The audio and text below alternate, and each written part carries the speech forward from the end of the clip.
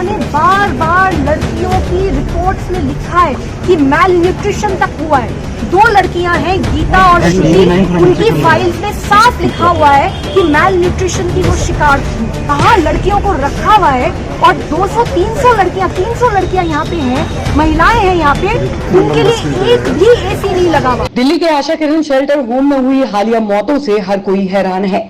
बताया जा रहा है कि यहाँ इस साल जनवरी से लेकर जून तक पिछले 6 महीने में 25 लोगों की मौत हो गई। वहीं जुलाई के महीने में 20 दिन के भीतर ही 14 लोगों ने अपनी जान गंवा दी। इतनी मौत को लेकर सीएम केजरीवाल की आम आदमी पार्टी निशाने पर है। आशा किरण मानसिक रूप से कमजोर लोगों के लिए केंद्र है, जो दिल्ली सरकार के समाज कल्याण विभाग के अंतर्गत आता है। राजकुमार आनंद के इस्तीफे के बाद से विभाग के प्रमुख की नियुक्ति नहीं की गई है। दिल्ली के मुख्यमंत्री अरविंद केजरीवाल फिलहाल तिहाड़ जेल में बंद हैं और उन्होंने इस विभाग का प्रभार किसी मंत्री को नहीं सौंपा।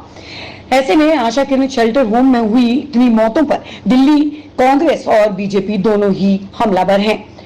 दिल्ली महिला कांग्रेस की टीम भी शेल्टर होम पहुंची तो वहीं पर बीजेपी भी शेल्टर होम पहुंचकर वहां के लोगों के हालात देखने लगी।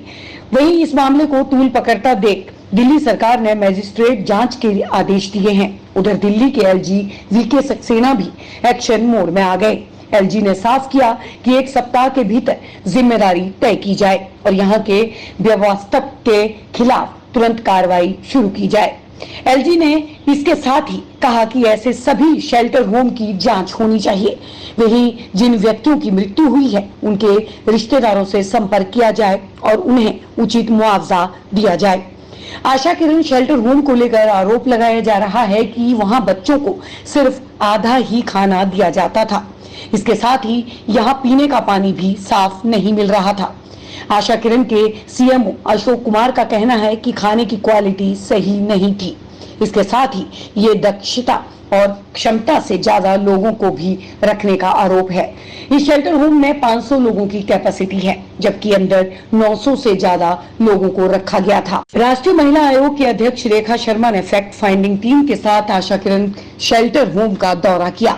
आयोग ने कहा कि शेल्टर होम में लोगों को फंगस वाला खाना दिया जा रहा था। आयोग ने कहा कि ज्यादा लोगों की मौत बुखार और दस्त जैसे लक्षणों से जुड़ी थी, जिसके बाद यहां देखभाल की गुणवत्ता को लेकर गंभीर चिंताएं पैदा हुई। उधर आतिशी ने इस मामले पर प्रेस कॉन्फ्रेंस करते हुए कहा कि आशा किरण में 980 लोग रहते हैं और देखभाल करने वाले 450 लोग हैं। उन्होंने कहा ये बौद्धिक रूप से कमजोर लोगों के लिए एक शेल्टर गृह है। इसके साथ ही उन्होंने ये भी कहा कि जुलाई में 14 लोगों की मौत एक गंभीर मामला है। मरने वाले 14 लोगों में से 13 वयस्क थे और एक नाबालिग था। आशा किरण करके एक होम चलाता है। ये होम है फॉर इंटेलेक्चुअली चैलेंज्ड पर्सन्स। इसमें 980 इंटेलेक्चुअली चैलेंज्ड पर्सन्स रहते हैं, जिनकी डिसेबिलिटी, इंटेलेक्चुअल डिसेबिलिटी अलग अलग कैटेगरी की है, जिसमें माइल्ड, मॉडरेट, सिवियर, प्रफाउंड अलग अलग कैटेगरीज की इंटेलेक्चुअल डिसेबिलिटी है। जो सिवियर और प्रोफाउंड कैटेगरी की इंटेलेक्चुअल डिसेबिलिटी है, उसके साथ ज़्यादातर केसेस में कोई ना कोई सीरियस कोमॉर्बिडिटी यानी अनेक प्रकार की फिजिकल एलिमेंट्स भी जुड़ी हुई हैं। जो सिवियर और प्रोफाउंड कैटेगरी के इंटेलेक्चुअली चैलेंज पर्सन्स हैं, उसमें से काफ़ी परसेंटेज बेड रिडन भी रहते हैं और 100% सपोर्ट की रिक्वायरमेंट रखते हैं। आतिशी ने कहा कि उनकी मेडिकल जांच होनी चाहिए। वहीं राज्यसभा सांसद स्वाति मालीवाल ने भी दिल्ली सरकार पर आरोप लगाया।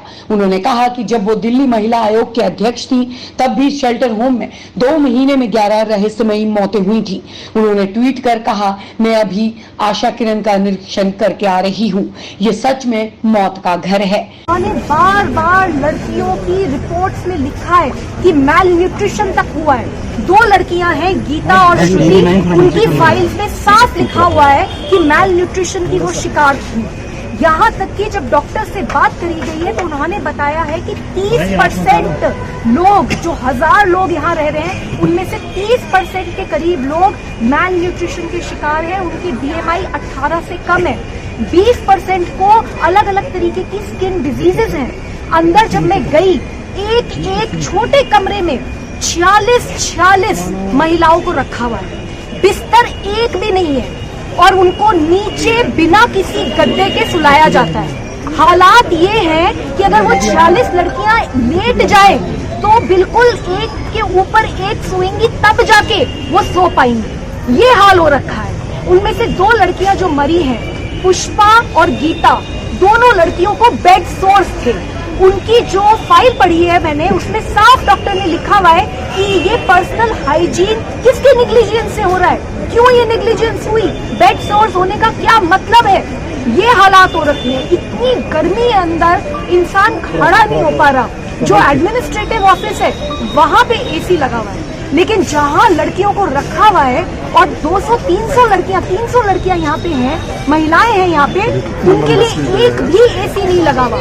लड़कियां खुद उनमें से जो बोल पा रही हैं वो बार बार मांग कर रही है कि कुछ ऐसा करवा दीजिए कि गर्मी बहुत ज्यादा हालात है, ओवर क्राउडिंग की वजह से मौत हुई है, मैल न्यूट्रिशन की वजह से मौत हुई है, हीट और डिहाइड्रेशन की वजह से मौत हुई है। और कितनी शर्म की बात है कि अभी तक मंत्री यहाँ नहीं आए, अभी तक सेक्रेटरी यहाँ नहीं आए, तो वो अपने एयर कंडीशन कमरों में बैठे रहेंगे और यहाँ पे लोग मरते रहेंगे।